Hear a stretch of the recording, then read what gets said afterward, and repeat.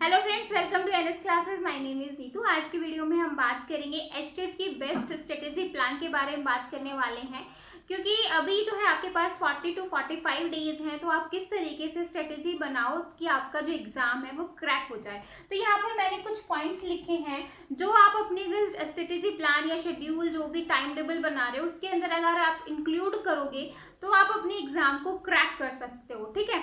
या फिर जो बच्चे बना चुके हैं वो भी चेकआउट कर सकते हैं कि उन्होंने ये चीज़ें इंक्लूड की हैं या नहीं की हैं, क्योंकि बहुत ज़्यादा इंपॉर्टेंट होता है हार्ड वर्क के साथ स्मार्ट वर्क करना, क्योंकि आज के टाइम पे कंपटीशन बहुत ज़्यादा है। तो अगर आप स्मार्ट वर्क नहीं करोगे तो जो है आप कहीं ना कहीं लैग कर जाओगे। तो इसलिए ये है कि आप वही चीज़ें अच्छे से करो जो आपके एग्जाम में आने के चांसेस हो। तो चलिए अपनी आज की वीडियो स्टार्ट करते हैं।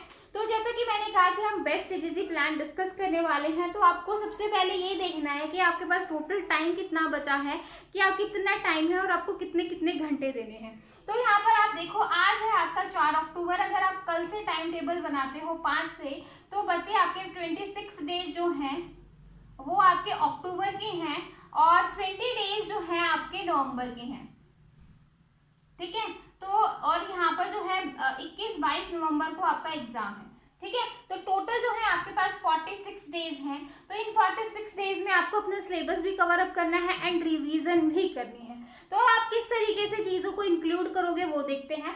सबसे पहले देखो, सिलेबस जो भी आपका सिलेबस है, चाहे आप टीजीटी में के हो या फिर पीआरटी के हो या फिर पीजीटी के हो, तो सबसे पहले आपको अपना सिलेबस चेक करना है। सिलेबस चेक करने के बाद आपको ये चीजें देखनी है कि आपके मेन सब्जेक्ट्स कौन से हैं जहां से सबसे ज्यादा जो है एग्जाम में हर बार क्वेश्चन पूछा जाता है। उसके बाद जो है सब्जेक्ट्स देखने के बाद आपको सब टॉपिक देखने। आपने सब्जेक्ट देखा, सब्जेक्ट के अंदर सब टॉपिक कौन से हैं।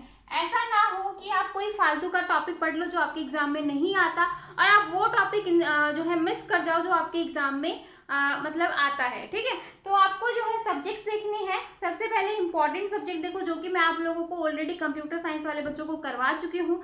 तो यहाँ पे सब्जेक्ट देखो, सब्जेक्ट के अंदर सब टॉपिक देखो कि हर बार जो है उनमें से कहाँ कहाँ से क्वेश्चन आता है, तो आपने वो देखा, ठीक है। बाकी आप अदर चीजें भी देख सकते हो। सिलेबस मैं आपको पूरा बता ही चुकी हूँ, तो मुझे बताने की जरूरत नहीं है कि जो टीजीटी पीजीटी है 90 एंड 60 का रेशो होता है। पूरी वीडियो मैंने टीजीटी पीजीटी पीआरटी वाले बच्चों के लिए बना रखी है कि आपका जो सिलेबस का पैटर्न है वो किस किस तरीके से आएगा। तो वो मैं आप यहाँ पर मान के चल रही हूँ कि आपको सब पता है। नहीं भी पता तो जो है वीडियो का लिंक मैं आपको डिस्क्रिप्शन में दे दूंगी, आप वो वाली वीडियो चेक कर सकते हो। तो यहाँ पे देखो, आपने सिलेबस देखा, सिलेबस के बाद आपने इंपॉर्टेंट सब्जेक्ट्स देखे, सब्जेक्ट के बाद आपने सब टॉपिक देखा, फिर आपने क्या किया, ये चीजें बहुत अच्छे से क्लियर है। उसके बाद जो है आप लास्ट के 4 to 5 ईयर्स जो है प्रीवियस ईयर पेपर देखो, क्योंकि एचटेट में क्या होता है कि एक दो क्वेश्चन जो है वो रिपीट होता है। जो टॉपिक्स होते हैं वो मोस्टली रिपीटेड होते हैं, है ना। चाहे कोई भी एग्जाम हो, जो टॉपिक होगा वो कई बार जो है रिपीट हो जाता है। तो इसलिए आपको प्रीवियस ईयर जो क्वेश्चन पेपर हैं वो आपको देखने ही देखने हैं। एटलीस्ट 4 to 5 ईयर्स के तो देखो ही देखो, ठीक है। आपने पेपर्स देखे, आपने सिलेबस देखा, उसके बाद जो है आपको क्या करना है, एग्जाम क्रैक करने के लिए, क्वालिफाइंग करने के लिए आपको चाहिए 90 नंबर, है ना। क्वालिफाई करने के लिए आपको 90 मार्क्स चाहिए। इन 90 मार्क्स में से 60 मार्क्स आपका हो गया सब्जेक्ट का, तो जो कि आपको बहुत ही अच्छे से करना है, इसको तो आप छोड़ ही नहीं सकते हो। सब्जेक्ट के साथ जो है मैं आपको कहूंगी जो चाइल्ड डेवलपमेंट है, यानी कि आपका सीडीपी है।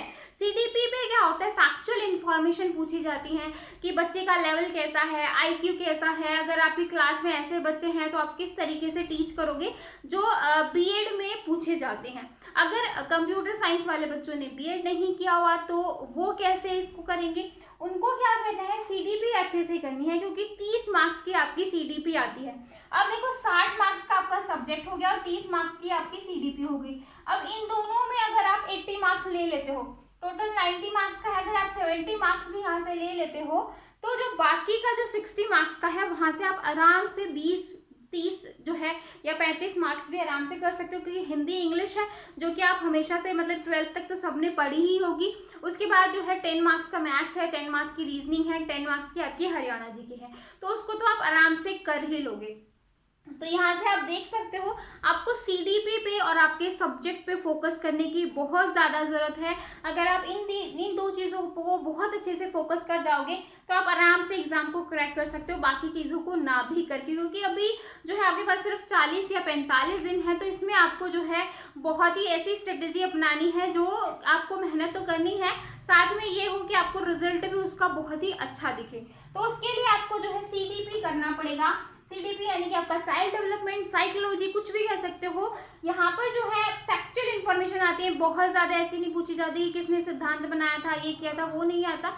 सिर्फ ये पूछा जाएगा कि बच्चे का कैसा था, अगर अगर आप टीचर हो, अगर आप बच्चों को पढ़ाओगे तो किस तरीके से पढ़ाओगे, किस बच्चों को समझ में आए, तो इस तरीके के क्वेश्चन आते हैं। तो आपको सीडीपी पे ध्यान देने की जरूरत है और आपके सब्जेक्ट पे ध्यान देने की जरूरत है, क्योंकि दोनों ही जो है उनका वेटेज जो है वो बहुत ज्यादा है। अब बात कर लेते हैं टेस्ट सीरीज की।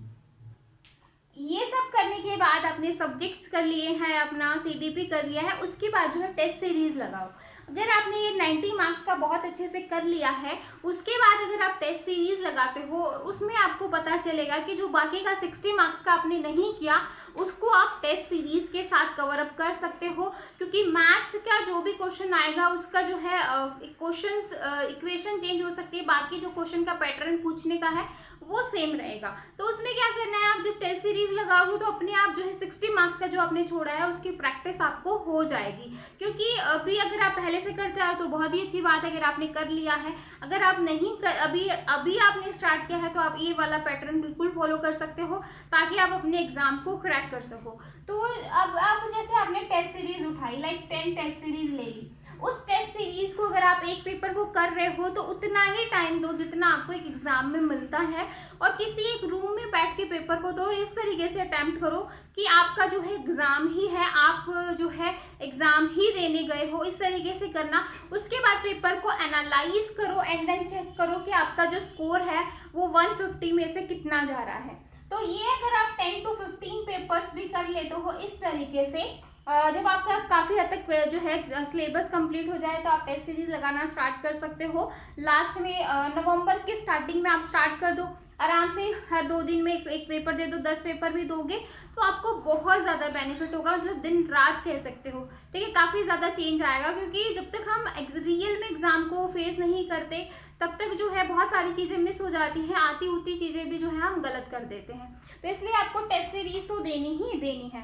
उसके बाद देखो टाइम टेबल, कोई भी चीज कर रहे हो उसके साथ आपको टाइम टेबल मेंटेन करना बहुत ही ज्यादा जरूरी है, क्योंकि अगर आप एक सेकेंड, तो टाइम टेबल का यहाँ पर क्या है, टाइम टेबल आप जब तक मेंटेन नहीं करोगे तब तक आपको जो है आपको बहुत ज्यादा प्रॉब्लम होगी, क्योंकि आपको अभी आपके पास 40 या 45 दिन है तो आपको डेली जो है ये मेंटेन करना ही पड़ेगा कि मैं एटलीस्ट 4 घंटे 5 घंटे 6 घंटे जितना ज़्यादा आप टाइम दे सकते हो उतना पढ़ो, क्योंकि अब जो है एग्जाम में ज़्यादा टाइम नहीं रहा है तो आपको अब जो है आपको ज़्यादा से ज़्यादा टाइम देने की ज़रूरत है। तो डेली जो है टाइम टेबल मेंटेन करने का क्या रहता है, आपको एक आइडिया रहेगा कि मैंने आज 5 घंटे पढ़ाई की है तो कल भी जो है मैं एटलीस्ट 5 घंटे तो पढ़ाई करूँ ही करूँ, उससे ज़्यादा कर लेता हूँ तो बहुत ही अच्छी बात है, लेकिन जो मैंने कल जितना पढ़ा था उतना तो मुझे मेंटेन करना ही करना है। तो टाइम टेबल बनाने का यहाँ पर एक ये जो है बहुत ही ज़्यादा आप लोगों के लिए बेनिफिट हो सकता है।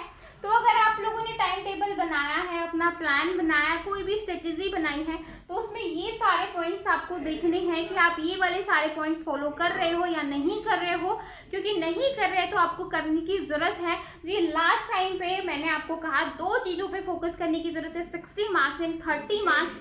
बाकी के जो 10 मार्क्स या 15 मार्क्स के हैं उसमें आप आराम से, क्योंकि नेगेटिव मार्किंग नहीं है, ऐसा नहीं है कि आप क्वेश्चन अटेम्प्ट नहीं कर सकते, तो उन 60 मार्क्स में आप आराम से 30 मार्क्स ले सकते हो।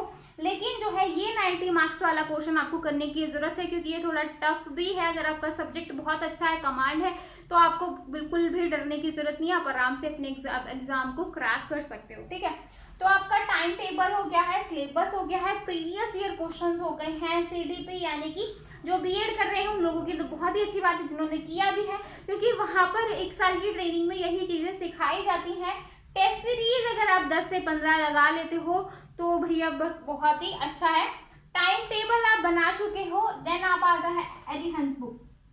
अरिहंत बुक क्या है कि इसमें जो है आपको पूरा सिलेबस मिल जाएगा आपका, क्या कहते हैं, पीजीटी का। उसमें क्या है कि आपको चाइल्ड डेवलपमेंट भी मिल जाएगी, हिंदी भी मिल जाएगी, इंग्लिश भी मिल जाएगी, आपके मैथ्स, रीजनिंग सब कुछ मिल जाएगा एक ही बुक के अंदर। तो उससे क्या है कि अगर आपको आइडिया नहीं है सब्जेक्ट का तो आप एक बुक परचेज करके और इस तरीके से कर सकते हो, ठीक है। तो आई थिंक मैंने आपको पूरी चीज़ें बता दी हैं। फिर भी अगर आपको कोई डाउट होता है या फिर कुछ पॉइंट ऐसा लगता है इम्पॉर्टेंट तो आप मुझे बता सकते हो, जिसको आप ऐड ऑन कर सके, बाकी बच्चों को भी बेनिफिट हो सके उससे, जो आप अपनी स्ट्रेटेजी में इंक्लूड कर चुके हो, ठीक है। तो आई होप आपको जो है पूरा सिनेरियो समझ में आया होगा। नहीं आया है तो बार बार कहती हूँ, कमेंट सेक्शन आप लोगों के लिए हाजिर है, आप वहाँ पे अपने डाउट्स पूछ सकते हो।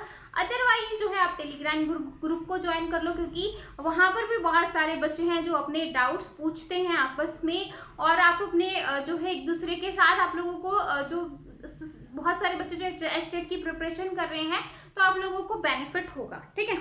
तो आई होप आपको जो है आज की वीडियो अच्छी लगी होगी। लगी है तो चैनल को एक लाइक और सब्सक्राइब करना बिल्कुल मत भूलिएगा। तो फिर मिलेंगे ऐसी नई वीडियो के साथ, तब तक के लिए बाय एंड थैंक यू।